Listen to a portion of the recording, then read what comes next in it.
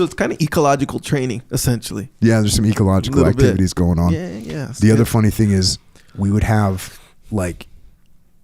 make, sometimes the TRADEC guys would make little like shields with a piece of plastic or a piece of cardboard, or you just cover up your face and your nuts, right?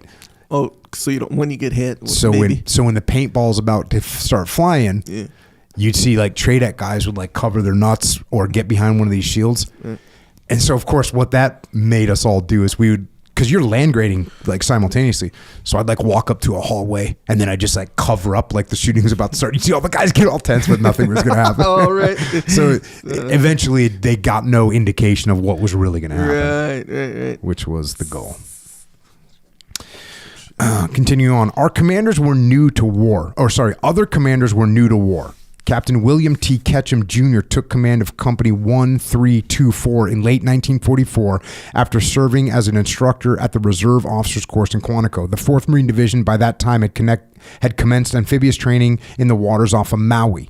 Ketchum was impressed with the Expeditionary Troops commander, the legendary Howlin' Mad Smith. Spent so much time observing these procedures at the lowest levels. He would come upon you and tell you if you screwed up or didn't know what you were doing. And yell at you if you screwed up or didn't know what you were doing. And, this is important because the leaders, the individual leaders, are responsible for training the people.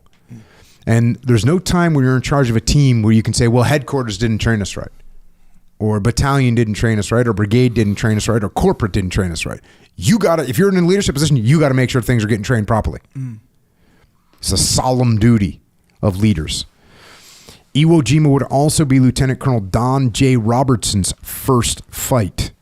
He had spent much of the war serving with a defense battalion in Samoa. 2 weeks before embarking for Iwo, he took command of 327. Robertson immediately scheduled a 4-day field firing exercise. His men executed their landing plan, crossing an imaginary line of departure in assigned boat teams, while artillery fired overhead and close support aircraft made nearby strafing runs. Robertson came away impressed with his unit's combat readiness. Most commanders believed they were ready for Iwo Jima. We were well-trained, well-equipped, motivated outfit, said Captain Caldwell of his Company F. Said Colonel Robert E. Hagaboom, Chief of Staff of the 3rd Marine Division, we were in good shape, well-trained, and thoroughly supported. Our training was very realistic, said Colonel Robert H. Williams, Executive Officer of the 28th Marines.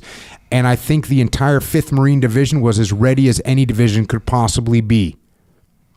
Major Frederick J. Karch, Operations Officer of the 14th Marines, believed that the 4th Marine Division had a continuity of veterans that was just unbeatable.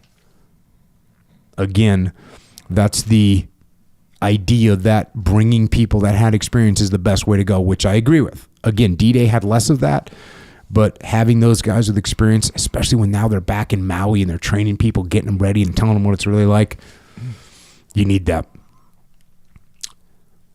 The troops would find their hard training quickly validated at Iwo Jima. 3 things happened on D-Day to knock assault plans awry. First, the beach proved treacherous. The combination of high surf, steep slope, and poor trafficability in the volcanic sand created a bottleneck of stalled vehicles and smashed boats along the high water mark. So, bro, you know the deal. Like, the waves can cause issue. Period. End of story. Now you're bringing in, through big waves, steep beach, which means shore pound, and now you're bringing in vehicles. You're bringing in guys that might not be the best swimmers, but even if they are good swimmers, they're laden down with a bunch of gear.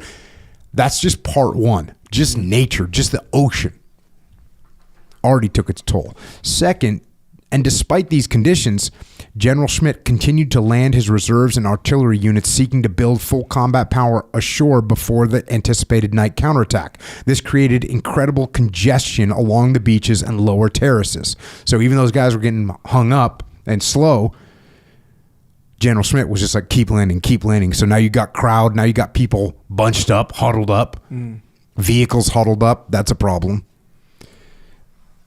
Third, Japanese gunners opened a devastating fire throughout the crowded lowlands, enjoying open targets and fire superiority that they would never again experience in battle. So confused were conditions by late afternoon on D-Day that 128 reported 600 missing in action. Nearly all would resurface within the next 24 hours. Here, but imagine you're sending up, like you're in charge of a battalion and you're missing 600 dudes. Like even if they're all going to turn up somewhere right now for the next 2 hours, 3 hours, 4 hours, you don't even know where they are. That's how freaking chaotic was that you lost 600 people. Here, the small unit training paid valuable dividends. Obviously, because if you don't know where your people are, how are you commanding them? No, you got to actually have decentralized command. We're going to go make things happen on their own. Yeah. When Company B128 lost 5 of its officers, the staff NCOs and NCOs stepped up and kept their company moving. The 28th Marines cut the island in two in 90 minutes with such initiative. On the right flank, 325 lost 22 officers and 500 men in the first day. Junior officers and NCOs maintained the frontal assault against the face of the rock quarry and prevailed. Imagine that. You lose 22 officers, you lose 500 men, but the junior officers and the junior NCOs step up and they keep pushing. Undenied. That's Marine Corps activity right there. Among the ranks of the landing force on D-Day were 2 Medal of Honor Marines from Guadalcanal who had voluntarily returned to combat. One died on the beachhead, the legendary Gunnery Sergeant Manila John Basilone. The other survived, Lieutenant Colonel Robert E. Gaylor, one of the first Marine fighter aces in the war.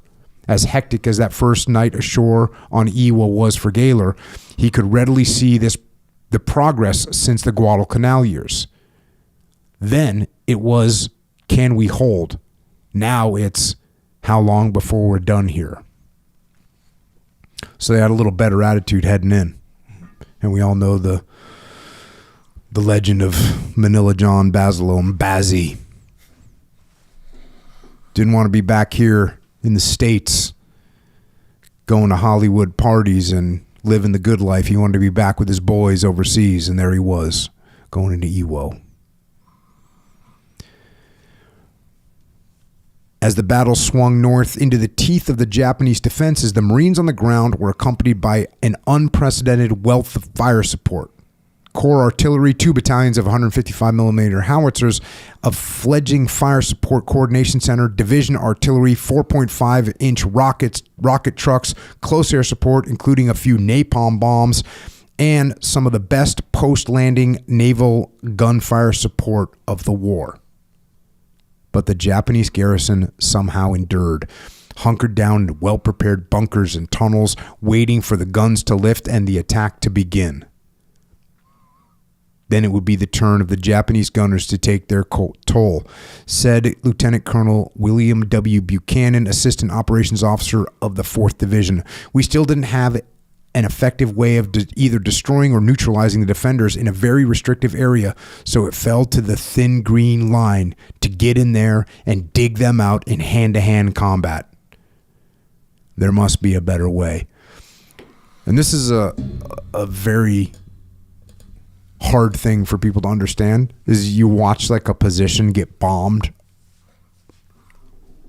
for days, and yet at the end of those days of the most intense bombing you can imagine, out comes an enemy with a machine gun and starts shooting at you again.